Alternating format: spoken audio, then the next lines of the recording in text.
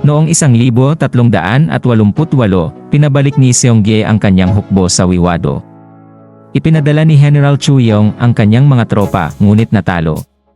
Dahil dito, gumuho ang huling balwarte ng Goryeo.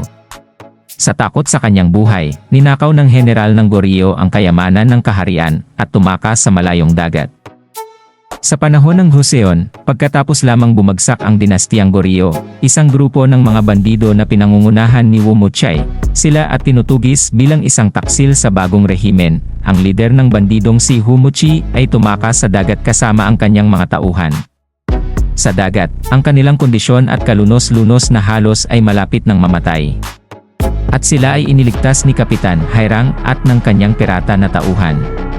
Si Hairang na nagpapatakbo ng isang barko, kasama ang tapat na mga tauhan.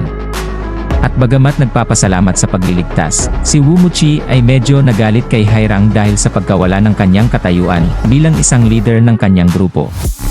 Dahil dito, patuloy siyang naghahanap ng mga paraan para mapabilib sila, at laging pinapaalala niya na siya ang pinakamagaling na swordsman ng Goryeo.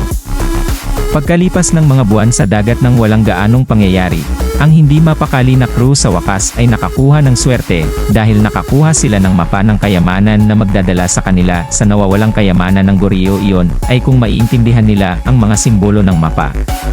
Ang kanilang pakikipagsapalaran ay humahantong sa mga kuweba sa ilalim ng dagat, mga mapanganib bagyo, mga apoy, hindi pangkaraniwang aktibong kidlat, at sa wakas sa isang lihim na isla. Habang nagpapatuloy ang salaysay patungo sa kapanapanabik na pagtatapos nito, hindi inaasahang nakatagpo ni Maki ang isang penguin na may dalang gintong bar sa bibig nito.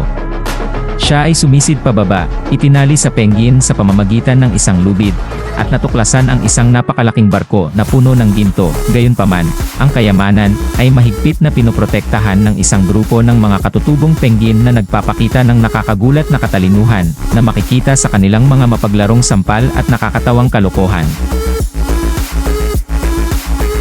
Sina Muchay at Hairang ay nakaharap ng kanilang mga karibal. Nakipagduel si Muchay sa general, isang dating kaalyado na naging kalaban na may magulong kasaysayan. Bagamat napinsala ng general, nagpatuloy si Muchay sa pakikipaglaban, tinulungan ng kanyang mga tauhan na nagpapaikot-ikot at tumulong sa pagkatalo sa general. Samantala, hinarap ni Hairang ang commander ng barko ng kaaway at nakipagtalo sa kanilang mga sasakyang may kanyon. Habang nakikipaglaban siya, ang pagsabog ng bulkan ay nag-trigger ng isang napakalaking whirlpool na nagpipilit sa kanya na mag-navigate sa mapanlinlang na tubig nito. May mga alingaw-ngaw ng at world's end dito, lalo na sa mahusay na pagmamanyobra ni Hairang sa mga mapanganib na tubig patungo sa kaligtasan. Gamit ang kanyang mahusay na seamanship, si Hairang ay makitid na umiiwas sa isang napakalaking alon na nagdudulot ng nakamamatay na banta.